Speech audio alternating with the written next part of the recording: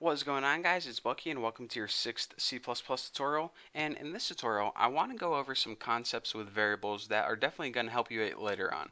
So the first thing I want to go over is this.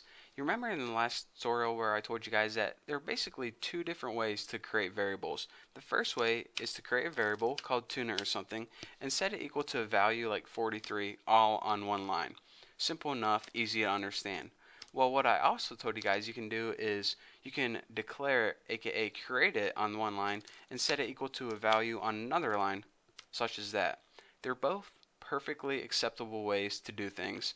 The one thing I wanted to stress is that whenever you do this way, declare it on one line and set it equal to a value on another line, you don't need to write what type of variable it is again.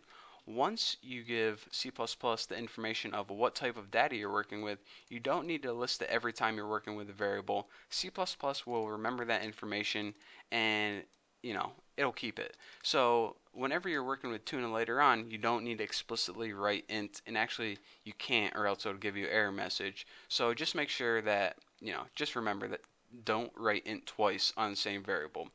So aside from that, let me show you guys this. Int tuna equals 99. So later on, and I didn't tell you guys this, but what you can do is if you set tuna equal to something else, like 76, whenever your computer creates a variable, it sets aside a piece of memory to store that value, in this case 99.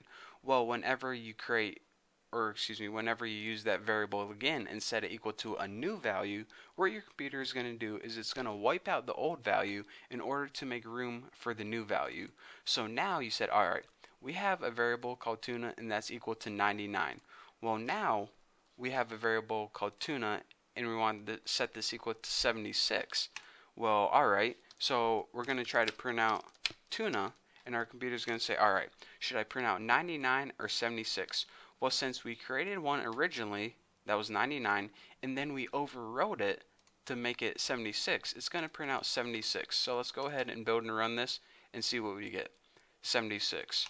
So basically, whenever you have a value, it's placed in a memory location, and then whenever you give that variable a new value, it's going to overwrite the old value and put it in the same location. So I just want to tell you guys that this is how you can overwrite variables. So if you're expecting 99 and you got 76, this is why. So that's actually all I have for you guys for this tutorial. Again, the two things I want to stress is whenever you're creating a variable, you only write the type once. You don't need to write it every single time. And then whenever you need to reassign a value, you just go ahead and write the variable name and not the type again. And also, whenever you're overwriting a variable, you use the variable and it's going to be equal to the latest value. So whenever you set this equal to 76, it's going to wipe out the 99 and use the 76. So I just wanted to stress those, a couple of memory concepts, so then whenever we're building programs later on, you might have a better understanding of how it works. So for now, that's all I have for you guys. In the next tutorial, you know how I said that we're going to be going over arithmetic, like how to add two numbers together? Well, there's actually a bunch of different arithmetic operators that we need to learn, and that's what we're going to be covering in the next tutorial. But for now, thank you guys for watching. Don't forget to subscribe, and I'll see you in the next video.